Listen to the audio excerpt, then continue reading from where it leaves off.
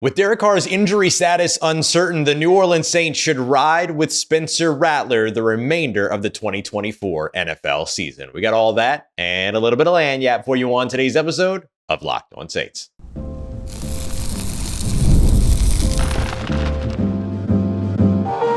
You are Locked On Saints, your daily New Orleans Saints podcast. Part of the Locked On Podcast Network, your team every day. What is good, Who Dat Nation and Who Dat family? I am your host, your friend Ross Jackson, New Orleans native, your New Orleans Saints expert and credentialed member of the media covering those New Orleans Saints as a Saints beat writer over at LouisianaSports.net and Saints analyst with WWL TV. And on today's episode of Locked On Saints, we're going to take a look at the future of Derek Carr with the New Orleans Saints, why it's actually pretty simple to predict exactly what's going to happen there, but what the options actually are. We're going to break all that down. We'll take a look at what the final 3 games could mean for rookie quarterback Spencer Rattler. And to kick us all off and to set up that conversation, I'm here to discuss why I think Spencer Rattler should start the rest of the 2024 NFL season for the New Orleans Saints. We got all that coming up for you today. We appreciate you very much, whether it's your first time or your next time, making us your first listen, and for being an everydayer here on the show, which is a proud part of the Locked On Podcast Network, your team every day. Today's episode brought to you by our friends over at Prize Picks. Go to prizepicks.com/LockedOnNFL and use promo code LOCKEDON in all lowercase to win $50 instantly when you play your first $5 lineup. The New Orleans Saints should start Spencer Rattler for the remainder of the 2024 NFL season. Now, I understand the controversy of that statement because I'm saying it less than 24 hours away from when the Atlanta Falcons across the division made the decision to bench Kirk Cousins in exchange for starting rookie quarterback Michael Penix, who they drafted number 8 overall right after giving Kirk Cousins a 4-year, $180 million deal. Well done, Terry Fontenot, doing it again over in Atlanta. So I think the difference, though, in these two conversations is we're not talking about benching Derek Carr, right? Kirk Cousins has thrown 9 interceptions over the course of his last 5 games. Derek Carr has not thrown 9 interceptions in either season as a New Orleans Saints quarterback. Kirk Cousins has thrown 16 interceptions already this season through 14 games. The New Orleans Saints have not seen Derek Carr throw 16 interceptions in his entire tenure so far as the New Orleans Saints quarterback. Derek Carr is 11th in the NFL right now in NFL passer rating. Kirk Cousins is number 21. Derek Carr is 12th in the NFL right now in QBR. Kirk Cousins is number 22. These are not the same conversations. It is not that the Saints should bench Derek Carr and start Spencer Rattler the rest of the way. It's that Derek Carr has a left hand injury that's probably going to keep him out, or at least keep him limited and potentially less effective over the course of the final 3 games. And so it might be better to rest him and let him take care of his hands so that he's ready for the 2025 season. And you, as the New Orleans Saints, get the opportunity to see Spencer Rattler the rest of the way. That's what I think the New Orleans Saints should be looking to do. And again, this isn't a conversation of benching Derek Carr. Derek Carr could potentially find his way back, right? That door is still very much open. It's the battle of the team versus the report. And so you're seeing the team say, hey, Derek Carr is week to week, day to day. You see the reports from Ian Rappaport and others saying that Derek Carr is unlikely to be back for the rest of the season. I've heard similar stuff, but Derek Carr is still working to get back and beat that expectation, beat that timeline. Both things are true. Derek Carr is simultaneously week to week and likely to miss the rest of the season. And in any case, if Derek Carr does make it back, which I would love for Derek Carr to make it back for the game up against the Raiders. That's the game I would love to see Derek Carr play in. But if he doesn't do that, I don't think that this is a conversation of Spencer Rattler over Derek Carr. It's not that. It's a conversation of Spencer Rattler, Spencer Rattler, Spencer Rattler, because over the course of the next 1, 2, 3 games, that's the way it should be. Rattler, Rattler, Rattler. At the very least, it should be Spencer Rattler against Green Bay, so that you're not rushing Derek Carr back in a cold weather game while he's still managing that left hand injury and all those other pieces. Or if you're out of playoff contention by the time you get to Tampa Bay, which the team probably will be because it's either 1 loss for New Orleans or 1 win for Tampa, and then the Saints are kind of done or will be done at that point. If you're out of the playoff contention by the time you get to Tampa, give Spencer Rattler at least a second swing at Tampa. And so I would say that at the very least, Green Bay and Tampa Bay should be Spencer Rattler games. And if you can give Derek Carr his opportunity to go out there and stick it to the Las Vegas Raiders, I think you give him the opportunity to go out there and do that. The leash might be a little short. You might have to turn to Spencer Rattler at halftime or something like that, depending upon how the injury or the hand injury goes for Derek Carr. But man, I have no problem with putting him out there for that game if he's good enough to go and give him that opportunity. But even that is unlikely.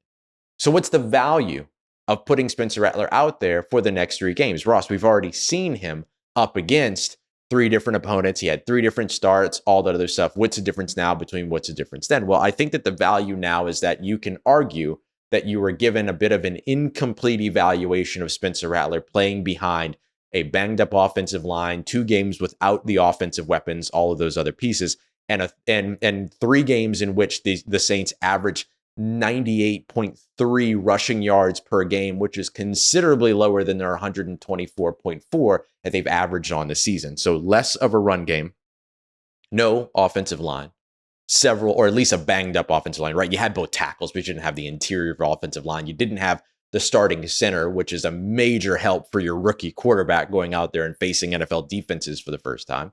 And you didn't have the weapons over on the outside opposite one game or outside of one game where you had Taysom Hill and Chris Olave make their returns. So I think that getting Spencer Rattler out there, at least behind the starting offensive line, fingers crossed that they came out clean after playing every snap of the last 2 games. Although I did see Lucas Patrick come up limping at one point. So we'll see exactly what happens there. But for New Orleans, if they can get him behind the entire offensive line, and I think there's value too in seeing more of Spencer Rattler with Darren Rizzi as opposed to Spencer Rattler with a Dennis Allen-led team. I think that there's value to be had in that as well. I think there's an opportunity to get a more full evaluation of who Spencer Rattler is as a quarterback, especially following what we saw in terms of him coming in the second half, being called upon when Jake Haener got the start. He got thrown in the second half and went out there and looked really good. He was 2 batted passes and 2 drop passes away from having an outstanding day and still brought that team, or helped bring that team. Let me give all the credit where all the credit is due, but helped rally that team from a 17-point deficit to being 1 2-point conversion catch away from winning that football game. So I think there's value in that too. And keep in mind, although Spencer Rattler and Jake Haener were given equal opportunities in terms of equal amounts of snaps to do things, according to sources, over the course of that practice week, Spencer Rattler didn't get first team reps during that time. So he didn't work with any of the guys that he went in and found chemistry with immediately in the second half. And so not only do you get the opportunity to see him play behind that healthy offensive line, have hopefully a more effective run game to support, but you also get the opportunity to actually see him prep with that starting offensive line, with those number ones and with those starters. I think that would do a service in terms of seeing a better evaluation or a more accurate evaluation of what you have in Spencer Rattler. Then you go away for the offseason, let him kind of do the things that he wants to do over the course of the offseason, and then come back and see what he looks like in 2025. So I think that New Orleans has a lot of value here available to them in seeing Spencer Rattler for at least the majority of the final 3 games, if not the rest of the season as a whole. Coming up next, what is it that the last 3 games actually provide to Spencer Rattler? Well, they provide equal amount opportunities and challenges, which furthers the value of why Spencer Rattler should see the field to close out the season. We got that coming up for you next as we continue on with today's episode of Locked On Saints, part of Locked On Podcast Network, your team every day. Today's episode of Locked On Saints is brought to you by our friends over at FanDuel, America's #1 sportsbook, where you can make every moment more as the moments tick away to the end of the NFL season. The NFL playoffs get on the way as well. So there's a ton for you still to check out, including the NBA and other sports all over the place over at FanDuel. The New Orleans Saints this weekend, 14.5-point favorites. The line keeps moving, 14.5 points. That goes all the way back to 1999, the last time that the Saints had a 14.5-point or were 14.5-point underdogs. So if you want to get in on that, think they can beat that spread, think that the Green Bay Packers can cover that spread. You can get into all of that over at FanDuel.com today. And if you're a new customer, you put $5 down. If you win that bet, you'll get $150 in bonus bets. Isn't that awesome? So you can download the FanDuel Sportsbook app, check out all the live betting, live stats, play-by-play, all in the same place where you place those bets, and win $150 if you win your first bet in bonus bets. Go and check them out today at FanDuel.com. Make every moment more with FanDuel, the official sportsbook partner of the NFL. It's that time of year. The college football playoff is back. And now with the newly expanded 12-team format, it's guaranteed to be bigger and better than ever, bringing you all of the hard-hitting and high-flying excitement that you love. TNT sports coverage of the college football playoff begins on December 21st, starting with the college football playoff kickoff show presented by AT&T at 11 a.m. Eastern time, leading in to their first matchup. It's going to be the Southern Methodist University Mustangs battling the Penn State Nittany Lions at noon. Then the Clemson Tigers look to upset the Texas Longhorns in a showdown at 4 p.m. Eastern time. Don't miss out on a moment of the action. Watch the college football playoff presented by Allstate live on TNT, True TV, TBS, and Max. All right, family, the final 3 games of the New Orleans Saints 2024 season would provide a unique blend of challenges and advantages for young quarterback Spencer Rattler should the New Orleans Saints make the decision to start him for the rest of the year, or at least some of these games. Let's break down why these final 3 games could actually have a really good impact or provide a lot of valuable feedback, let's say it that way, for the Saints to be able to further their evaluation of their rookie quarterback. Because the Saints need this information. It doesn't necessarily mean that it leads to Spencer Rattler starting in 2025. When we discuss Derek Carr's future, we'll understand why that's not necessarily the case, but this is an early head start on the ability to be able to start to gather that information so that at some point in 2025, if you want to finish that evaluation or continue that evaluation or turn to Spencer Rattler, you have the information that you need. But I will say that I think that the quarterback that Spencer Rattler returns to the New Orleans Saints as in 2025 will be different than the quarterback that he finishes the 2024 season as. It's one of the things that he and I spoke about in my exclusive one-on-one with him, which is published over at louisianasports.net. That was a whole conversation around how he wants to kind of transform some things, work on some stuff with his body, his game, his play style, all these other things, get faster, all this other stuff. That's kind of going to be his focus over the course of the offseason. So the player he ends 2024 as won't be the same player that he begins 2025 as if all things go to plan. But getting this early evaluation of his mental, his ability to be able to ID, all these other things pre-snap, these are all helpful opportunities and helpful pieces of information for the New Orleans Saints. I want to highlight one thing that Darren Rizzi said, interim head coach, that he said when I asked him on Monday about the pressure in the first half versus the pressure in the second half that each quarterback faced, because it was very, very different. We saw Jake Haener under pressure over 71% of his dropbacks, 10 out of 14. We saw Spencer Rattler under pressure only just over 30% of his dropbacks in that second half, just 7 snaps on 22 dropbacks. So a very different tale of 2 halves, as Darren Rizzi called it after the game. But the reason why that Darren Rizzi gave was because of some mental errors in the first half and some issues with identification, pressure identification, blitz identification, mic identification, those things. Now, that's not all the difference of the 2 quarterbacks. That's a little bit of offensive line that helps out with some of those things as well. But that already kind of shows you a little bit of the mental side of where Spencer Rattler is just kind of a little bit maybe further along than maybe we might expect as a rookie quarterback. So that's one thing that I want to highlight.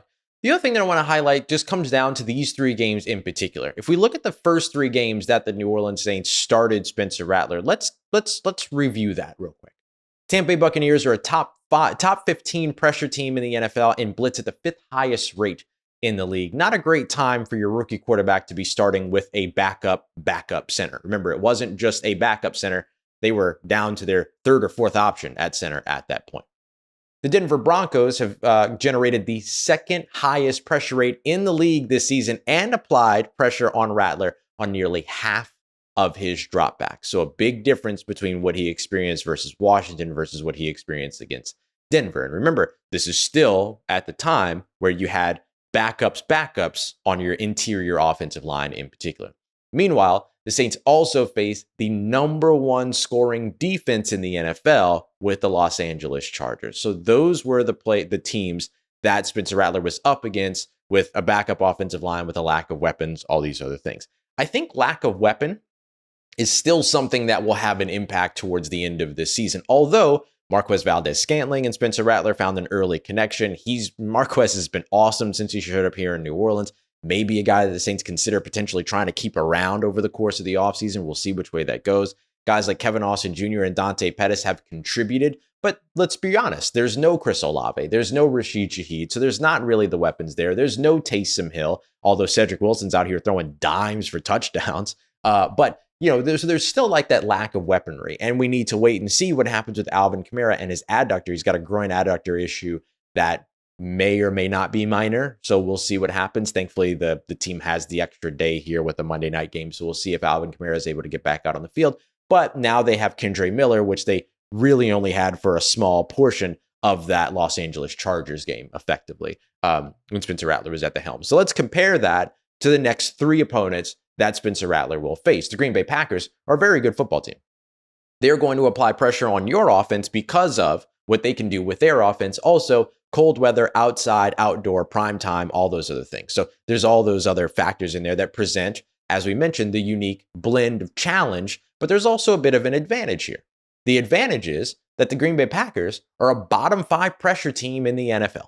So getting an opportunity to see your bottom 5 or that bottom 5 pressure team go up against your starting offensive line gives you a little bit more comfort with the starting quarterback. The one thing that I will say that also presents a little bit of a challenge when it comes to Green Bay is that they are a top 10 run defense. So that's going to challenge Kendre Miller and potentially Alvin Kamara if he's good to go. But that's definitely going to challenge Kendre Miller and could potentially present a challenge for Spencer Rattler if there's no run game to support like there was not over the course of those first 3 games that he got a chance to start. Best game on the ground was 117 total rushing yards for the team up against the Los Angeles Chargers. Not far off of their average, but again, number one scoring defense and not a lot of things else happening around when it came to that. Let's look at the Las Vegas Raiders, which is one of the NFL's most directionless teams here in 2024. And that's about all I really need to say about the Las Vegas Raiders. Although it's clear that Las Vegas Raiders obviously do not present the type of challenge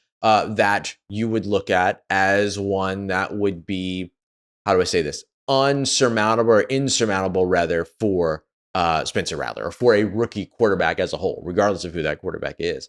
But you look at where they rank, they're 32nd, they're 27th in the NFL in terms of scoring defense. They're 12th in the NFL in terms of yards allowed, not bad, but they are a pretty weak team in terms of scoring in the passing game. They've given up 25 passing touchdowns so far this season, number 27 in the NFL. And of course, Max Crosby just had his surgery and all these other things. So that defense just continues to worsen as well. So it presents you with an opportunity, but also gives you a little bit of a challenge because they are still kind of a top 10, hovering around a top 10 defense in multiple categories when it comes to yardage. So you get that unique blend of challenge as well as advantage. And then finally, the challenge for the Tampa Bay Buccaneers and what they present is, again, that high blitz rate, but you have the advantage of seeing them a second time as a rookie and also having that starting offensive line and ideally having Eric McCoy there to kind of help with some of that blitz identification, calling out some of those things, everything like that. So I think that all of that presents this really good opportunity. And it's why I say that the Saints have a really unique opportunity here over the course of the next 3 games to potentially evaluate Spencer Rattler because of that blend of challenge and advantage that could work, the things that can work in his favor, and the challenges that he'll be presented with that he has to show that he can manage and or overcome. A great opportunity for him, a great opportunity for the New Orleans Saints. Coming up next, we're discussing the idea of rolling with Spencer Rattler for the rest of the season, but that doesn't necessarily mean anything bad for Derek Carr because his future for the New Orleans Saints is actually quite simple. Let's break that down as we continue on and wrap up today's episode of Locked On Saints, part of Locked On Podcast Network, your team every day. Today's episode of Locked On Saints brought to you by friends over at Prize Picks, the easiest and most fun way to play daily fantasy sports. So if you already have fun watching the game, you can have even more fun getting involved over at Prize Picks, which right now you can win up to 1,000 times your money on Prize Picks. That's That's a lot of money. And plus, with the holiday season, they're giving away over $30 million in rewards during Pickmas, including offering 2 free picks in December. Yeah, they're basically handing money out, basically, is what you're going to see here from Prize Picks. So make sure you go and check them out, man. It's super simple. All you got to do is pick 2 to 6 players, choose whether or not they're going to come in at more or less than their projections. You can take Jared Goff at more than 230 passing yards. You can go for Saquon Barkley at more than 1 touchdown. You win that, you can start to win a bunch of money back. So download the Prize Picks app and use that promo code LOCKEDONNFL for $50 instantly when you win when you play your first $5 lineup. Don't even have to win. It's guaranteed. That is promo code LOCKEDON NFL for $50 instantly when you play your first $5 lineup at Prize Picks. Run your game. Today's episode brought to you by Rocket Money. Rocket Money is awesome, and it's been great for me. Have you ever used Rocket Money to save a bunch of money on some subscriptions that you were paying and completely forgot that you were paying? Because that's definitely what happened to me. And that's one of my favorite features around Rocket Money is their ability to be able to kind of screen through, kind of scrub through what you're doing, help you out with your financials, but also show you some of those old subscriptions that you forgot about and help to save some money. Some users are saving up to $740 a year when they use all of the app's premium features, which include not only that subscription clearing service, but they also help you kind of lower your bills, make sure that you're putting some more things towards your saving, monitors your spending. One of my favorite things that they have is the goals feature, where you can set some financial goals and then they help you kind of manage all that without all of the stress of budgeting every single month. So cancel all your unwanted subscriptions and reach your financial goals faster with Rocket Money. Go to rocketmoney.com/lockedon today. That's rocketmoney.com/lockedon, rocketmoney.com/lockedon. Let's get it, Who Dat Nation. In a world of the dichotomous conversation, to where every conversation in favor of one thing is oftentimes overblown as a conversation that is anti the other thing, we should have a conversation about Derek Carr's future with the New Orleans Saints. Because while we're talking about the idea here that Spencer Rattler could and should get the starting opportunities for the remainder of the season, should Derek Carr truly not be able to go while managing his injury, again, this is not about benching Derek Carr. This is about making sure that he's right? Or his left hand is right, or however it is that you want to say it.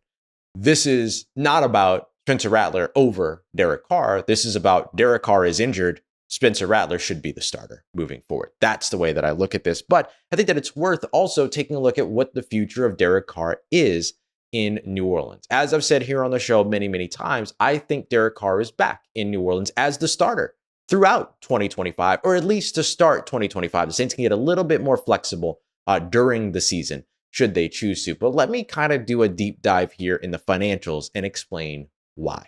The one thing that you really need to know here to kind of give you the overall glimpse of this conversation is that Derek Carr's contract right now is a pivotal mechanism for the Saints getting under their salary cap. Right now, they are over $60 million over the salary cap. Small potatoes for guys like Kai Harley and the New Orleans Saints. They'll be fine. They're going to be able to get under the salary cap. They're going to be able to spend money this offseason. It'll probably be an offseason very similar to last year, to where it's like, a bunch of little one-year deals and stuff like that. Maybe like one splash one-year deal.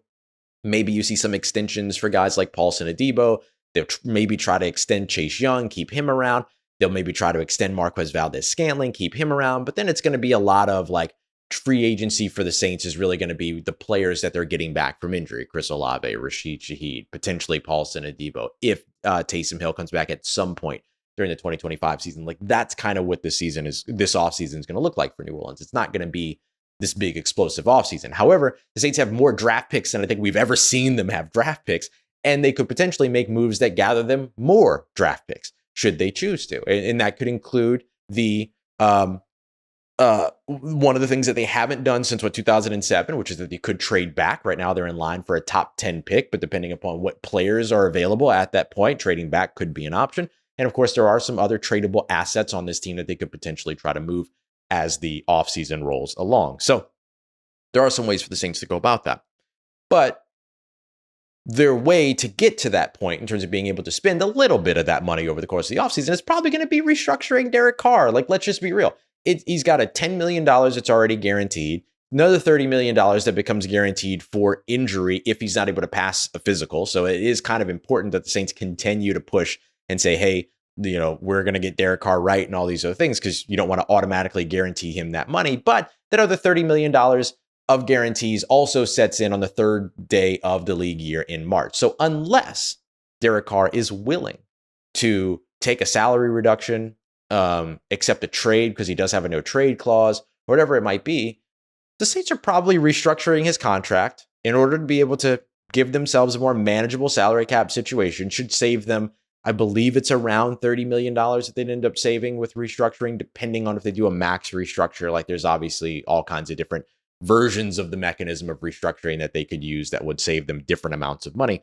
But if the Saints do that, then you're rolling with Derek Carr for at least 2025. He hits free agency in 2026, or you move on in 2026, part ways, and then he's able to go and find himself another opportunity.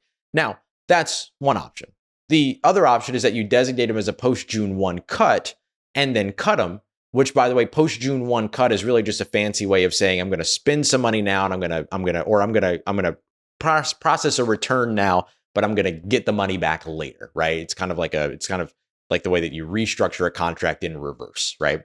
So what the Saints would do is that they would part ways with Derek Carr, allow him to hit the market before that $30 million becomes guaranteed.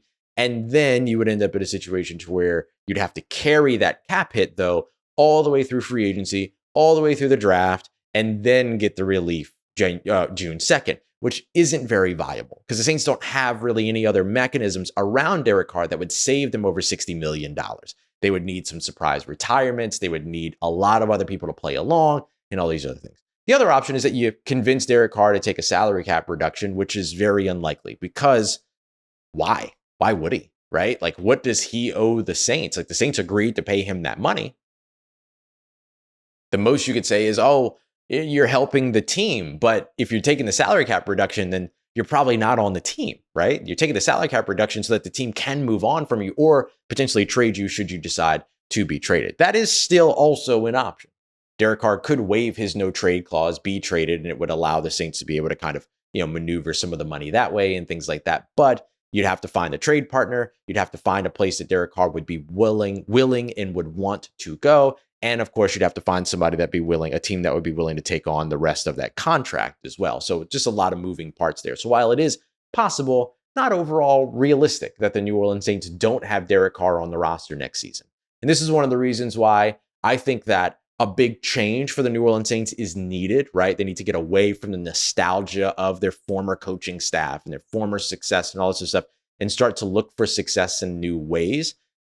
But you're probably not going to be able to do that necessarily, all told, right? It's not a full blow it up situation in 2025 because you don't necessarily have the mechanisms to do it. Now, I'm saying all of this because that's the way that is most likely we'll see this all transpire, that Derek Carr will most likely have his contract restructured. Derek Carr will most likely still be in New Orleans in that case, and Derek Carr most likely will be the starting quarterback week 1 of the 2025 NFL season.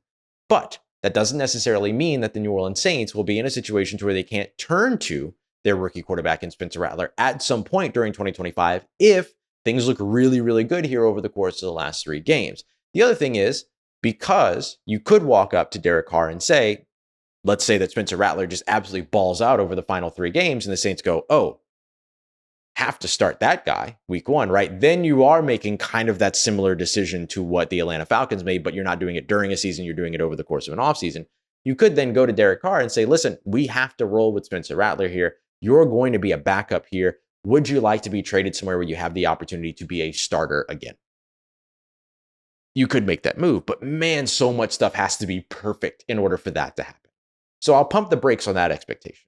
The reality, in terms of the simple truth of what the future looks like for Derek Carr, despite this injury, for Derek Carr fans that want to see New Orleans keep on with Derek Carr and want to see Derek Carr still here in New Orleans, things like that, it's very unlikely, not impossible, but very unlikely that he ends up anywhere else but New Orleans in 2025.